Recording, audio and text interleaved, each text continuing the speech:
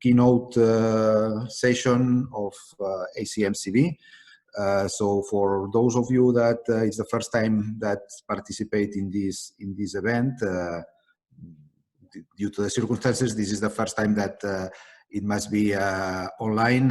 Usually this is ACMCV is the workshop on computer vision of the different research groups and companies in Catalonia. So it's a meeting point every year. Unfortunately, this year we don't have this component of changing between us.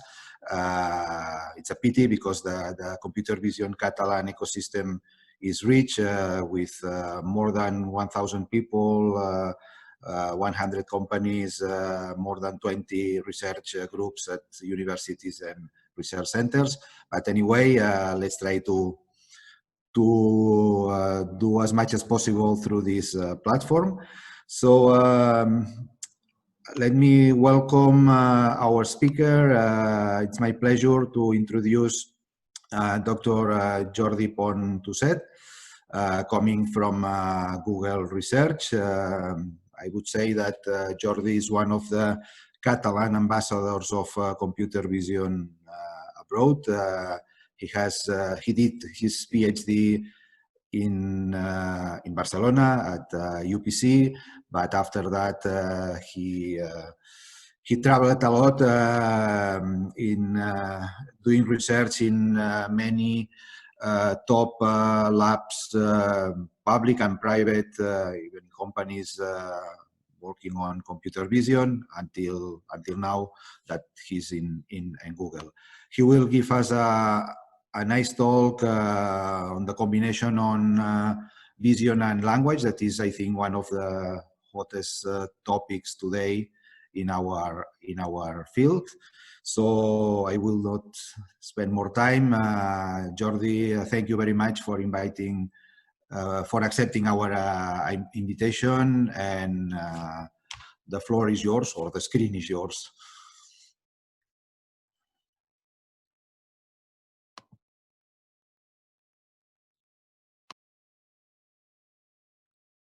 Unmute. So let's see how I do this. So this is the modern version of I'm connecting my computer and the HDMI doesn't work and the projector doesn't work.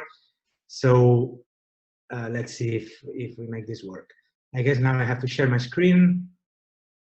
I can share this screen.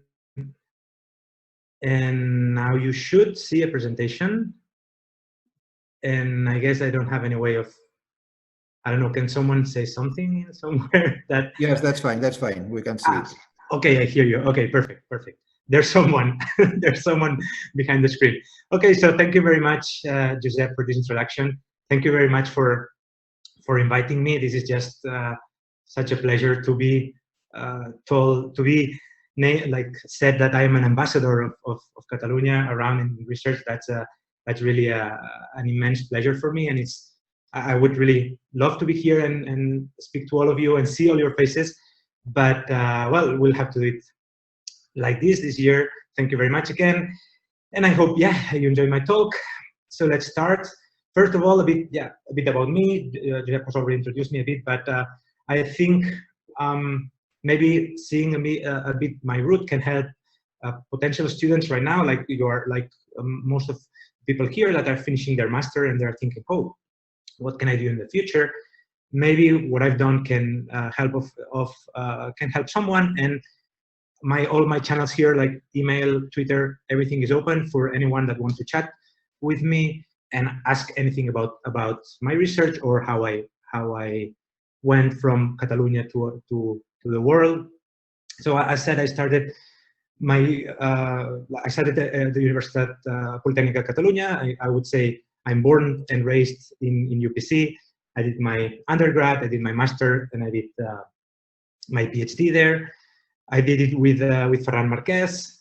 And from this period, let's say my first advice that I would give to people when, like, some of you are like on the verge of like, do I go to do a PhD? In this case, my very first advice would be, do not pick the topic, do not pick the field, pick the advisor. So pick someone which you connect with, pick someone that you understand, and pick someone that you admire also, right?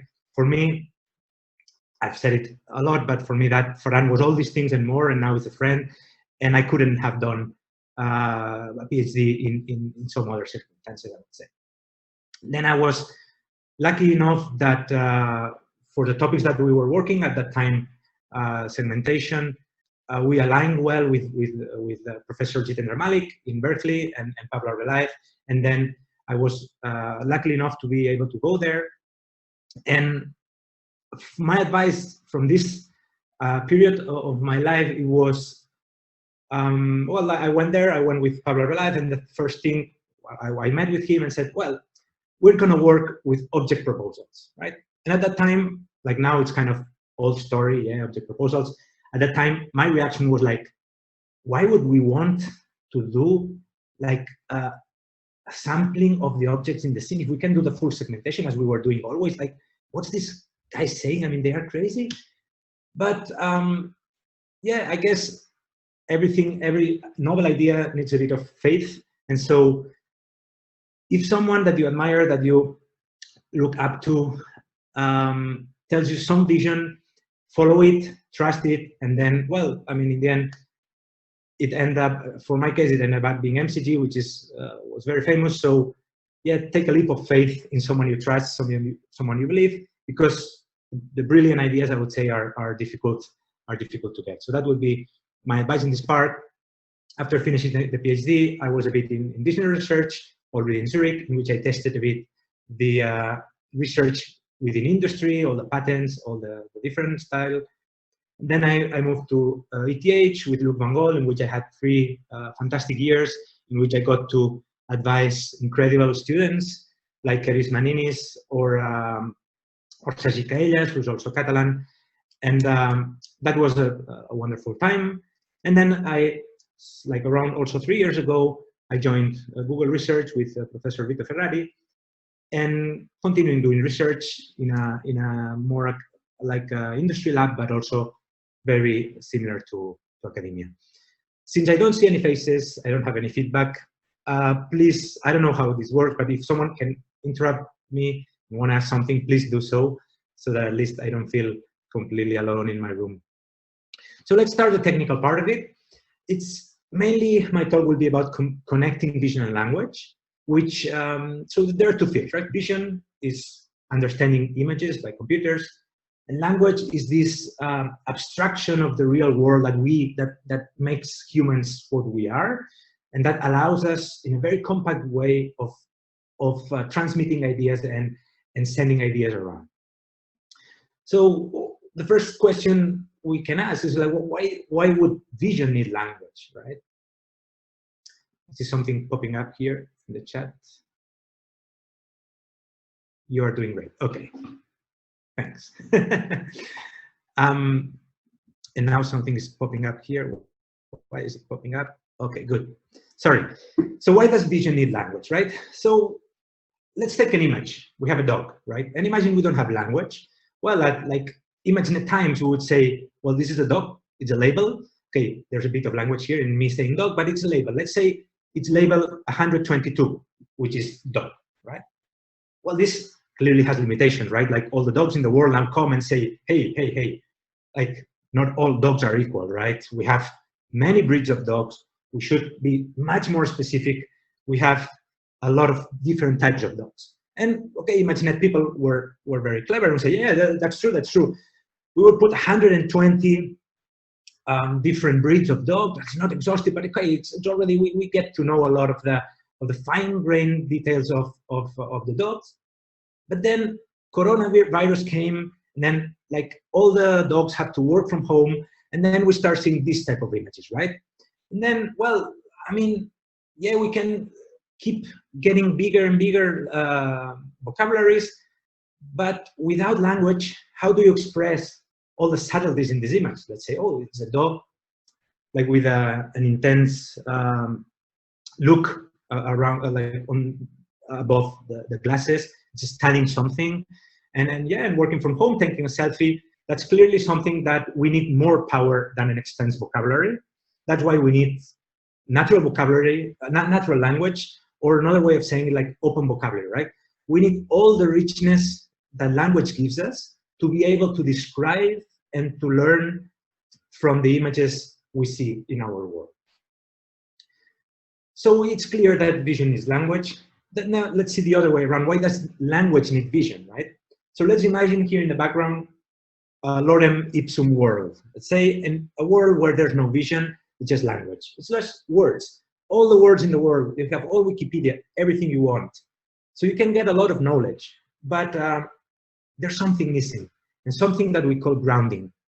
So we can learn what the green color is. We can go to Wikipedia with language and see, oh, it's a wavelength, these nanometers, all that, but we're not able to really understand what the green color is.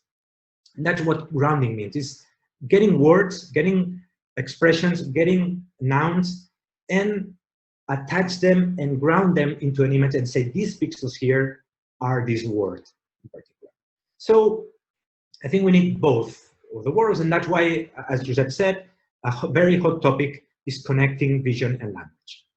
And it's a hot topic, as we'll see, in both worlds, in both language world and both in the computer vision world. How have we been doing it in the meantime? How did researchers come up, which ideas did researchers come up to connect vision and language? The first one I would say was image captioning, right? From the vision world, you have an image. From the language world, you have a sentence describing that image. In this case, a black fluffy dog sticks its head out of a van window. That's good, it's fine. But if we remember what's the good thing about connecting vision and language was this grounding part of it. It was knowing each word where in the image is located and what's the pixels that can describe that word. Well, in here, the grounding is at the sentence to a whole image level, right? So it's kind of a weak grounding, we could say. Well, researchers improved it a bit and say, well, we can take the nouns in the caption and draw a bounding box around it. So now I know that a black fluffy dog is this box here, this blue box, and the van is this box here. But this is still a very sparse representation of the language world. It's only a few words in the caption, and so it's still not super dense. Our proposal in this sense was what we call localized narratives. I'll show you in a minute how they look like. But basically, we told the annotators, we present you with an image, and then use the mouse to point at the objects in the scene, and simultaneously use your voice to describe what you're pointing at. So you move the mouse, and you speak, there's a dog here sticking its head out, and all the description of the image. Thanks to the synchronicity of the mouse and the voice, we can now localize every word in the description that I'm giving. So when I was saying dog, I was going over a part of the image. I know that the dog is in that part. We tell them also, like, focus a bit on concrete objects, say the relationships, and a lot of small details. And with all this in mind, this is how it looks like. Let's hope that you can hear it. This is a typical result of our portion of the picture. We can see a dried grass area with the dried twigs. There is a woman standing wearing a light blue jeans and ash color long sleeve length t-shirt. This woman is holding a black jacket in her hand, and on the other hand she is holding a balloon which is peach in color. On the top of the picture we can see a clear blue sky with clouds. So in the end, if we put everything together and we get rid of time and we put everything in a single image, that's what a localized narrative looks like. So it's a long description of the image, very detailed description of the image, and then a mouse trace in which, like, it's color coded at every timestamp where the word was in the image, right? So you have all the words in the image grounded. So all the words in the caption grounded in the image. In particular, we have jacket, and that's the trace that while the annotator was saying jacket, this is what they were. We have other words like clouds, And then we have even other concepts as holding, because while the annotator was saying holding, it was going from the hand to the balloon. So we have a subtler thing beyond nouns in the image. Now the curious listener here would say, well, but how did you derive all this synchronicity? Well, because at first you only have the voice and you only have the trace. So how do you get then the caption? Well, the first natural step is to take an automatic transcription, an ASR algorithm, and transcribe what the annotator said. In this case, imagine that it has a log burns on the show. As a good thing, this is timestamped, right? Because it comes from the sound. So I know every word that I have transcribed, at which timestamp it happened. But it often has errors, right? We are not there yet with perfect automatic transcription on open world. So what we did, because we wanted a very precise caption, was then to ask the annotators, well, go back, listen to your voice again, and transcribe exactly what you say. This transcription, since it's manually given, it's correct. But then we have no timestamps. That's why it's all in black. It doesn't have the colors that match the timestamps. So the correct transcription in this case was a dog runs on the snow. So what do? We have a correct transcription without timestamps, and a timestamped transcription, but that has some errors. Well, we can do sequence-to-sequence alignment by just a simple edit distance between the two, and it can tell us that then, okay, the dog goes with log, so I can transfer the timestamp from log into dog, and then I have a perfectly aligned, time-stamped, and correctly transcribed caption. If I take these three modalities, the speech, the mouse trace, and the timestamped caption, all these are in the same color as you see here, so they are all time-aligned. This is what we call a localized narrative. Well, direct advantages of localized narratives, it provides dense localization, as we said, so every word has a trace segment. The descriptions are rich, so we mentioned object, we've seen also that we mentioned relationships, we mentioned attributes of the objects, and it's natural to annotate, right? We don't need to train the annotators. We don't need to tell them, oh, these are the categories we want to annotate. We just tell them, describe the image with your own words. And something also very important in crowdsourced campaigns, it has a very safe worst case scenario. Imagine that you're annotating a classification and someone is annotating eagles and sees another birds and thinks it's an eagle, but it's not sure, but says, oh yeah, this is an eagle, right? Well, you have an error that is introduced in the system. In our case, the worst case scenario is very safe because the localized narrative might be not complete or not interesting, but it's rarely wrong in say. If you don't force people, if you allow people to talk with open vocabulary, they will rarely say something that they are not sure about. So if they don't know it's an eagle, they will say it's a bird. If they don't know it's a bird, they will maybe say it's an animal. And if they don't care about the birds, they won't mention it, but at least it won't be wrong. And it's relatively fast to annotate. So it's more or less around 2 minutes, 25 seconds per image, in which 40 seconds is the narration, and then 1 minute 45 is the transcription. And now, again, the clever student in the room might say, well, this is all good, sounds fun. Why not just use an eye tracker, right? Someone speaks, says the words, and you track where they look at, and then you have the grounding.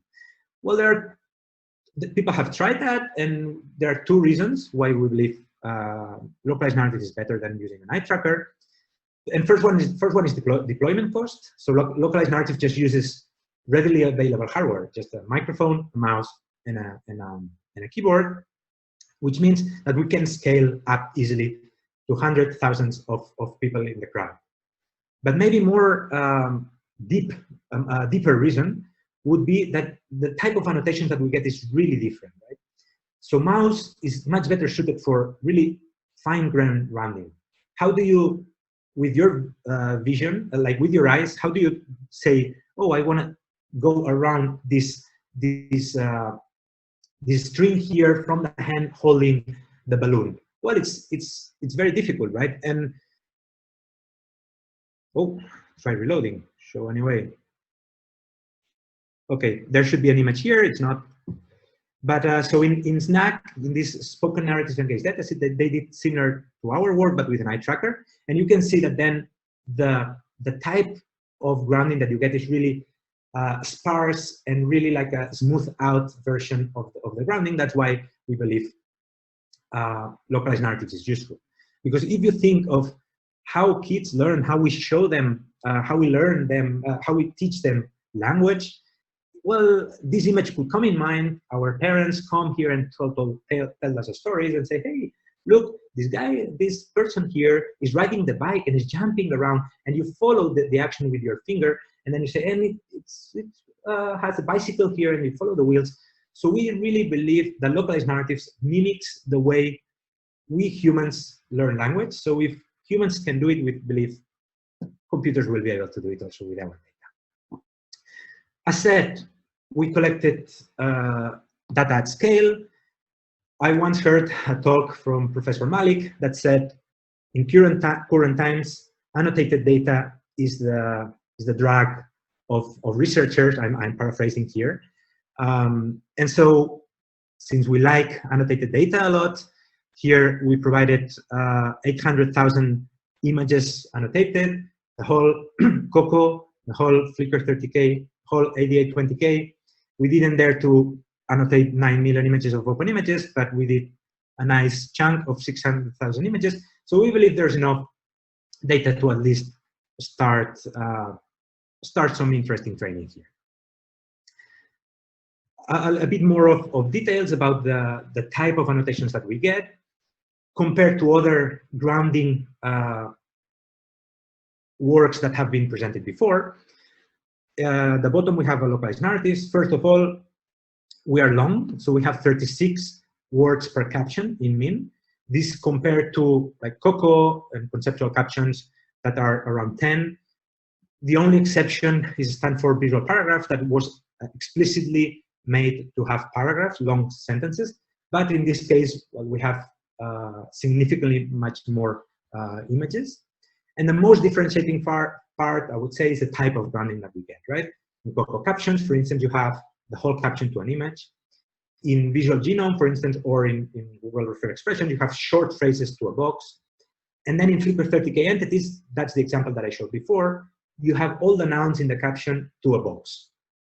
We are the first one that we have that each word is grounded in the image and is grounded in a very fine-grained way, which is a mouse trace. Analyzing the data, we saw that despite we gave no guidelines to the annotators, we started to see something very interesting that we didn't think of at the beginning, but it's also I believe would be interesting to study, which is a bit more of human-computer interaction. Is how people point the different things, right? Point to the different things. We saw that, well, a very common one that I think all would think of is just a scribbling, right? I'm talking about this open land with some grass on it, so I just go around and it's kind of scribbling on it. But we saw also that people used circling a lot. That's something that we didn't think of at the beginning, and say, oh, there's a ship here, and circle around. That's already a challenge in the sense that no pixels from the trace actually falls on the ship. But we as humans clearly see that what they meant is the ship in the middle, right? So that's something interesting that we believe can be learned from. Then another type of pointing style we saw, it's underlining. That's even funnier in the sense that when there's text, some people just underline it. And so in this case, it's not even centered in the object they meant. So it's definitely a challenge to understand this grounding, but since it's the grounding that humans naturally give, we believe, well, we should adapt our learning algorithms to learn from this grounding instead of the other way around, what we were doing before. It's like current algorithms know about bounding boxes, so we will draw bounding boxes around the grounding, right? Are they accurate? I mean, we left them open, we let them freely draw. I mean, can we learn something from it? Well, we first analyzed spatial accuracy, compared it to the boxes in COCO. We took dimensions in the caption where there was a cow, for instance, and then we looked at COCO. Oh, let's do the bounding boxes over cow. are the traces more or less falling into that area? And we saw this nice heat map that it's in mean, it's highly centered toward the object, so it's spatially accurate. And is it semantically accurate? Well, we manually revised 100 localized narratives, which is 1,500 nouns and verbs, and we manually went through it and analyzed whether they were semantically accurate. For instance, in the case of the left, we would say a bottle is accurate, juice is accurate, but not a jar. So we were really picky in what to accept. The same on the right. Instead of snowboarding, someone said skating, we wouldn't have it accepted. With this in mind, we had 98% semantic accuracy. As said, this goes back to this worst case scenario. If people don't know something, they probably won't mention about it. So maybe you'll have a less interesting caption, but it will rarely be wrong. We've seen it only in this 2% of the cases. So we have the data, which is accurate. What can we do with this data, right? That's the interesting part, I would say. And so let's display here the 3 annotated streams of data from localized narratives. So we have the voice. Let me see if I can point. So you should see a pointer now. On one hand, we have the voice, the recording. On one hand, we have, on the other hand, we have the scribble. Then we have the text. All of these, as we see, time synchronized. And then we have the image, right? So with these 4 modalities, well, going from an image to the text would be what's before image captioning. So in this case, our data would be more training data for image captioning, for instance. But if we also have the trace, well, we can do different things. First, we can do controlled image captioning. So if we only have the traces at this time, we have an image, and we have a user that scribbles through an image, and then we ask the algorithm, give us the caption that follows this trace. That would be what we would call controlled image captioning. This we showed how it works in our paper, and I will explain it afterwards. But then imagine that you also have the captioning with traces as we have in our dataset. Well, if someone is like aware of the current systems of current state-of-the-art of captioning, it uses, of course, whatnot, transformers and attention. And well, we could envision to just use these traces as attention supervision at train time. Maybe then at test time it performs better, even though it doesn't have the traces, right? So that's another way we envision it could work, and I will talk a bit more about afterwards. So controlled image captioning. What we did is we took a base image captioning model, state-of-the-art, we feed an input, and that's the output that it gets. There is a fire hydrant, and this is a road. That's trained on our captions, okay? But at this point, without traces. But then what if we also feed the trace at test time? This can be seen, for instance, as people with imperfect vision, that they go on their iPad and they see an image that their friends have posted on Instagram, and they cannot clearly see some parts of the image, so they can put their finger over the image and just go here and then expect the computer to translate that image into text and then into speech, and they can listen out loud what the image is about. So in this case, if we feed this trace here, so the color encodes time, so it starts here, and then it starts explaining in this sense. In this image, we can see a platform. There is a yellow color pot on it. Okay, it's perfectly put, but then left side, there is a road, and then there are a car, a few trees we can see on the right side here. If we feed another trace, so it starts from here, and then says this image consists of a car parked on the road. To the top left, there is a car. To the right, there is a footpath on which a fire hydrant is kept. So we see that the caption adapts to the user intention, what the user was interested in. And we also see that it mentions much more things than the non-controlled, the traditional captioning, which misses things like the car or the trees in the background. This we demonstrated in the paper. Then on other tasks, that could be if we invert the arrow, you could see text to image generation. You have a text describing an image and you want to generate the image. That's interesting, of course, but I think it would be much more interesting if you also give the trace. So you say, I want an image that has a car here, and then the sky is here, and then it's riding the blah, blah, blah, blah. So we also demonstrated this, and this is the results we get. So imagine a user is faced with a blank canvas like this one here, and is asked to speak what they want in the image and draw where they want it in the image. So imagine they say, I want a boat here, okay? So from this trace, what we can do is just we transform it into a semantic segmentation map, and we feed it into state-of-the-art semantic image synthesis like state. This is the result we are getting. Okay, not very exciting, but stay with me. It's going to get more interesting, because then the user starts and say, oh, but around the boat I want water. And now we're starting to see that's a plausible image, water and a boat. And notice that the boat is closed here. It's a closed boat. But then the user comes and say, oh, I want a person in it. And then, boom, a person is drawn, and the boat is open at this time. Then, oh, but I also want an umbrella, so an umbrella is drawn, and boom, I want a mountain here. And see how the mountain then, like, it's not a local copy and paste algorithm, in the sense that then the mountain is reflected also in the water. I must say that all these goodies are thanks to the spate algorithm itself, not our localized narratives itself. So it's a fun way of generating images. We envision a lot more tasks that can benefit from localized narratives. A lot of them that were already in the literature, like image captioning or controllable captioning or phrase grounding.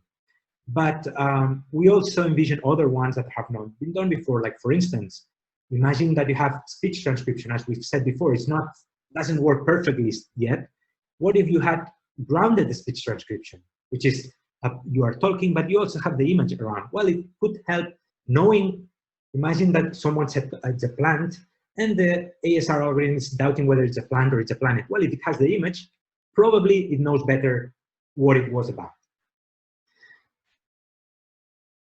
So what's looking in the future? How do I see vision and language, or how is it's being used right now, like state of the art? I would say vision and language pre-training is one of the hottest topic in this sense. Like Uniter, Bilbert, all these type of algorithms that try to find a common representation from models that take as input both language and both image, so vision. So if I put here a list of one of the most interesting ones, I would say in the moment, or more well known. And at the bottom there are some works that are already looking into, well, what are these models actually doing, because they do good, but we really do not understand them. And that's where I believe that localized narratives can bring something, which is this grounding, which I believe is one of the things that is missing with these models. These models are usually trained from image captioning pairs of images and captions. So the grounding is learned by the attention model somehow. It's not trained on anything human provided. So we believe that in this field, localized narratives can bring a lot. So all this part of the talk was an ACMCV spotlight that is last ACMCV, and all the data is publicly available, so you can readily play with it. So now, after this talk, the docs come in and say, hey, but we are still different. There are still different breeds of dogs. Is pure classification dead? Are you telling us that what we've been doing until now, which pure boxes like cropping the space of features into different, like in a numeral way of spaces, is this completely dead? Well, I would say no, not yet, maybe, but in a way, yes. Let me explain. So, like now again, the advanced student in the room can say, well, why don't we scale classification up to like thousands of categories, right? You say you want a language model that is completely continuous in space, but why not we just get these hundreds of categories that we're working in we scale it to thousands, to tens of thousands. I mean, is the space of concepts in language completely not numeral? Do we need to go really into completely dense space representation? Well, I guess I don't know. And I do believe that going both ways, advancing and studying both ways is a good way, in the sense of, let's go language which is completely open, no categories, and then let's try to make it learn and ground with vision. But let's also try to go the other way. We have our categories, our vision model that works with certain categories. Let's try to scale it up to finer and finer and finer grain of categories. Maybe all that we've been learning about classification, maybe it's helpful in the end. So let's try also to work that way up. But then the question that arises is, well, how do we annotate these thousands of categories, right? That's the second paper that I'm going to quickly talk about, that it's on archive right now. And the main motivation is, how do we annotate classification labels now? Take COCO, 80 categories. Take ImageNet, 1,000 categories. Well, the first thing we had to do was define a vocabulary, right? COCO, people sat down and say, oh, should we annotate cows? Should we annotate bottles? I don't know, let's try it. The same with ImageNet. They were, like in the original ImageNet paper, you see a lot of discussion on what to annotate. So it's already a huge endeavor. Imagine now we want to scale to hundreds of, so tens of thousands. I mean, it's already super difficult. Then the second step is, well, you have to train the annotators. You have a 10,000 vocabulary. You need the annotators to learn that vocabulary. You want ultra fine-grained dogs. You need to train the annotators about ultra fine-grained dogs. And then about ultra fine types of bread, for instance. Well, you need to train them, and they need to remember it. All of that, how do you remember a vocabulary of size 10,000? We believe that's not feasible. And then, so what you get in return is that then it's non-exhaustive annotations. Out of that 1,000, some of them are wrongly annotated, some of them are completely missed because they forgot. It's really, a human brain cannot work this way. So basically what you end up is like just smashing the computer, just throwing it away and going home. Well, since you're working from home, you're already going home now anyway. So what we propose instead is to use just free-form annotations. Again, you just send no instructions, send them no training, send them no vocabulary. You just tell them, hey, annotate whatever you want, and a posteriori, machine learning will take care of it, will homogenize and structure everything, and you will get your categories to train your model from. This is what we did. It's called click and type. You just let people click, type whatever they want, and be done with it. And they can label whatever they want. So it has all the goodies of localized narratives in the sense of just open vocabulary, but since it's more segmented in terms of the text, we can then extract the categories from it. How did we do it? Well, we made different annotators annotate the same images. In this case, annotator blue and annotator red. And we see this is the raw input that they get, freeform, completely freeform. And then what we do is we match this text to a knowledge graph, to a Google knowledge graph, which is robust to, for instance, dog with two O's is typed to dog, the instance itself. But then it also happens like bun. Well, is it a bun bread or is it the bun on the head, right? So we really don't know at this point. That's why what we do is we cluster the points and then we disambiguate. We see that this person said food, this person said bun. So well, this bun in particular, this point here, is bread because it's food, right? With this, what we have is an annotation of classified categories. So we have n categories now at this point. So it's not anymore the wildness of open vocabulary. So it's already, oh, this I know how to deal with. It's classification. So I can really take my ResNet 50 that I know of and just put a longer head and then classify into these categories. Ooh, I like it. So, but it's much longer, as we will see. So it's much more categories, as we will see afterwards. Then what we do is then we take into account inter-annotator knowledge, which in this case, someone labeled dog, someone labeled retriever below. Well, we learn, we take a vision model, we learn, and we say, well, maybe this point here, and that this labeled dog and this retriever, maybe it's the same. So we kind of enrich the labels by taking inter-annotator agreement, and we say, well, this dog here is probably a retriever because I think they look very much like this other retriever that another annotator that knows more about dogs labeled. We put all this together, and in this plot, what you see is all the steps that we do, all these 4 steps that I've done before, and you get the percentage of points that the annotators gave that we unambiguously matched to a category.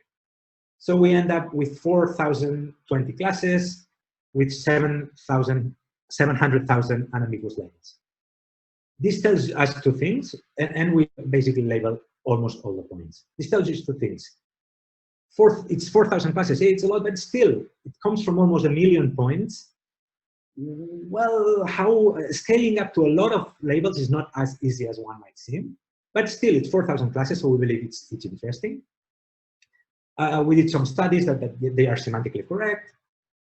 And we also evaluated this algorithm that I talked to you about making labels more specific. And we see that we can basically make the 60% of the points more accurate, more precise by being still 98% accurate. So we get a rich, fine-grained vocabulary coming from freeform annotations that can be used to assess, bringing the classification literature higher and higher by having more categories. Let's see if we converge to the completely free-form world. So to wrap up, a bit of thoughts about how are we going forward in this field. Well, I think it's vision and language will coalesce into a common framework in which the models learn from shared data and then are fine-tuned into the downstream tasks. The representation will be fluid, will be continuous, will be dense, will be open, will be natural.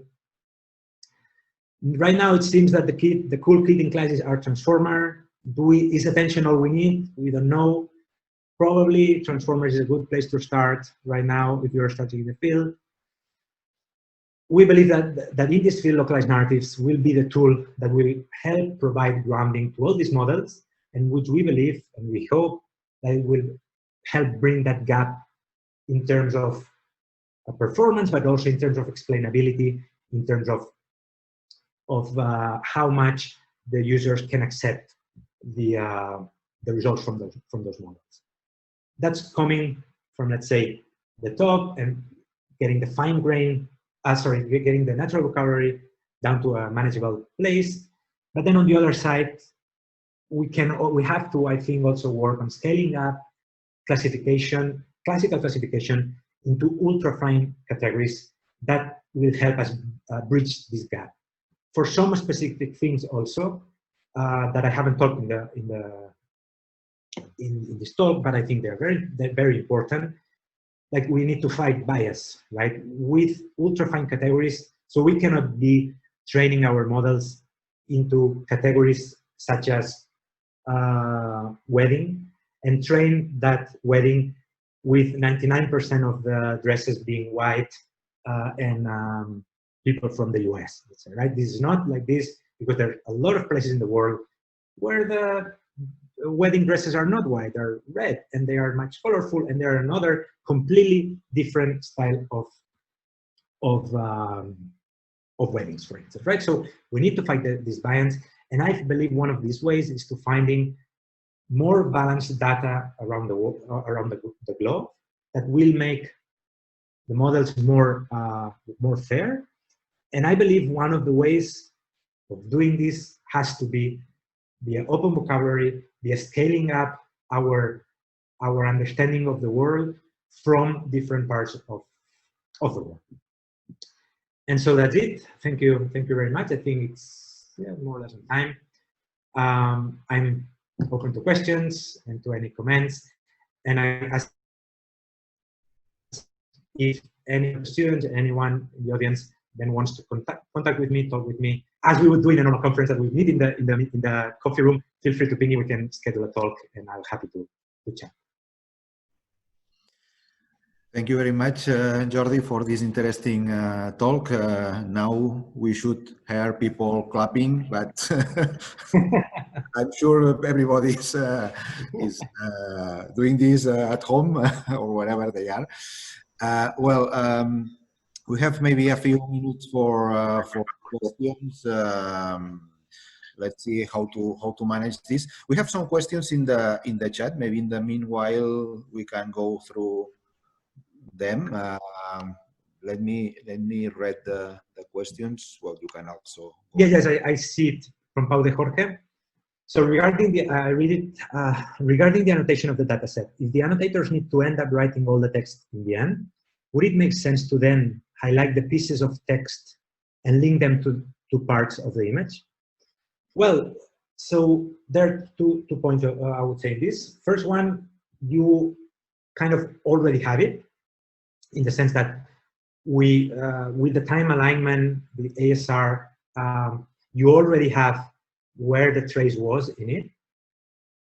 So making them mark again the pieces of text, that would be, we believe, a bit redundant. But you could say, well, we could use it as a way of reinforce of how to make sure that they were on the right place and everything. That would be one thing that this would be useful. But in the other point, let's say that's how it was done before, in the sense that you would take a caption and then users would go and select parts of the image and ground it. That has one of these advantages, that it's that mentally it's like a two-step process, right? It needs to go analyze the sentence and say, oh, what do I want to ground? I want to ground this part, or I want to ground that part. And then we're already introducing biases of what to ground, what not to ground, and then how to ground it, right? Do I draw again another scribble?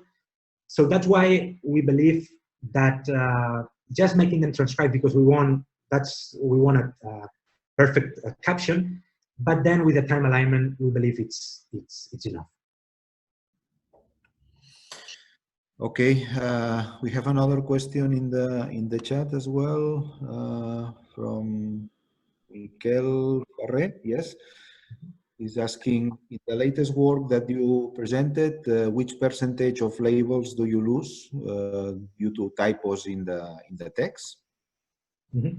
Also, you allow free text, but somebody has to maintain the knowledge graph. How do you make it grow? Yes. So the first question, which percentage of labels? We do get a lot of, like, I think it's in the 98% of the labels we keep, because despite there are typos, and we don't have the context in the sentence to help us solve the typos, it's just one word. We do have the image itself. So I said we train a model to make labels more detailed. One of the things we can use it for is also if our typo correction tells us, oh, I don't know if it's this word or this word, we can then take this model and say, hey, with the grounding itself, we know it's this word, so then we have it. That's one thing. And the other one is that since we also make people annotate multiple times, then sometimes we can disambiguate it with the other annotators. That's one thing. Then about the question, yeah, you allow free text, but somebody has to maintain the knowledge graph. How do you make it grow? Yes, that's a very good question, of course. Right now I'm leveraging Google's internal knowledge graph, which is a big beast of semi-automatic curation of the knowledge graph itself, and it's kind of out of reach for it's out of scope for this project. We leverage on a pre-existing knowledge graph, and we can use it then to feed into it. If someone types something that, like, the knowledge graph says, I don't know what this is, then we can use it to feed into it, but it's out of scope of this project. Yes. Okay, let me maybe just go to a couple of last questions because we are running out of time. I think this is an industrial question, Ferran Sadako. he's asking, how do you foresee this research being applied in a commercial application? So, the applied point of view of this. Can you repeat? Sorry. Yes, the question is, how do you see this work to be applied to a real application, a commercial application? Okay, so I think, well, there are some obvious ones, like for instance, the imagine, so these accessibility tools that we've thought, that we've said about, like people describing the image and the computer speaking out loud the description of the image. That's one that we can demonstrate, but maybe even closer to the general usage, and it's the same concept. Imagine image retrieval from localized narratives, how it would look like. Imagine you have your thousands of photos in Google Photos that you've been taking forever, and you remember you had a picture of you eating an ice cream, for instance, right? And you remember you were here because you really have it in mind, and you could even draw it if you had the chance, if you could, but you want that image in particular. And right now you can only enter text, me eating an ice cream. And imagine you're an ice cream, and you have thousands of photos you eating ice cream. Well, you can say, I remember there was a house here, I was a person here, ice cream here, and then that with a localized narrative, that would be fed into the model and then say, oh, this is the image maybe you want. So image retrieval from localized narrative is something that we are very excited about, and it's kind of relatively close to a product, I would say. In a more long-term classical way of applying research into products, I would say, well, improving vision and models itself as a whole, then to be used then in all the products that can be used, vision as itself. I think that's also something that can be applied from localized narratives. Mm-hmm. Okay, let me address the last question. Probably it's not really directly linked to the research topic you presented. It's more a visionary question. As you know, probably before this talk, we had many master students presenting their work, total of 20 or 20 something. You have a nice career. You started at UPC and then you went abroad, different labs, and you end up at Google. So if you have to give them some recommendation for the future to pursuing their career, what would you recommend to them? And also, what do you think are the problems, the interesting problems to work on they should focus in the future? Wow, that's a difficult one. So I would say, I mean, my career itself is just one realization and one case in which, like, there's always luck involved, there's always luck.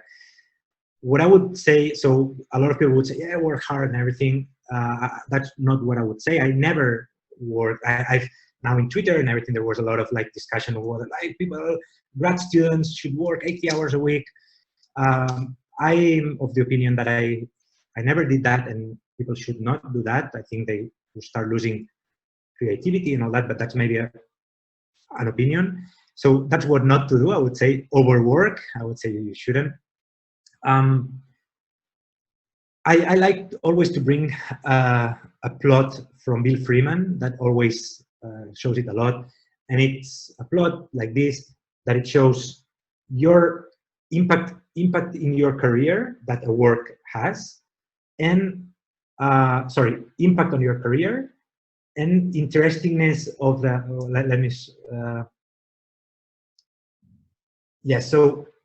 impact of a paper itself, how impactful and impact it has on your career, right? And the plot does something like, well, a very bad paper, it won't hurt you too much, but it won't get you very much. A good paper, it will be good, but it won't be super good. Whereas at some point, a very good paper is really, it's an exponential curve. Like one very good paper is going to have much more impact than 10 mediocre papers, right? That's, I would say, and that I think it was true in my case, in that I was lucky enough to work with Jitendra Malik, and that we did a multi-scale combinatorial grouping that has over 1,000 citations, and that has had absolutely the most impact it has had. That's, I believe, what helped me then get into ETH and get into Google. So I would say, I know it's very difficult, and I know that people will accuse me that it's easy to say it from a position of comfort, let's say, when you're already done. So it's, instead of trying to focus on to, let's say, I have to publish a paper a year, I have to publish 2 papers, 3 papers, and then, like, well, if it's not CDPR, then let's go. I would say focus on something in particular, something that you're very passionate about, really study it deeply, really do not, if you have to lose 1 year at the beginning, well, lose it. So my personal experience, I published my first CDPR, I think, at the 3rd year of my PhD. Before, I had not published any major. So do not, I would say my biggest would be just pick one that you feel passionate, that you align with an advisor, as I said before, find an advisor that is also passionate about that can help you, guide you, work on that, and then things will flow. I know that it's not the holy grail. You can do that and succeed, but I would say that's what I would say. Try to avoid this anxiety of I have to have 3, 4, 5 papers, because sometimes this goes into the decreasing quality of those, and then the impact it has on your career. And then the other part that was in which topics in particular, I would say, yes, vision and language, as you said also at the beginning, is a very hot topic. Sometimes when a topic is hot, it's already too late to get in. I don't know, to be honest. I would say be more guided by having an advisor that can help you with that, and a topic that you're passionate, that you love about, and that you can spend time working on it. Okay, thank you very much. Let's close the session here. We are running out of time. Thank you again, Jordi, for this interesting talk. Well, let me give you an applause for everybody. And there are some more questions in the chat. If you have time after the session, just to go through and maybe to reply directly through the chat, feel free. So now let's close this session, and we have a last session that consists of the teasers of some of the posters. Well, it's a poster session. It's supposed to be the poster session. So it's Dimos Karatsas who will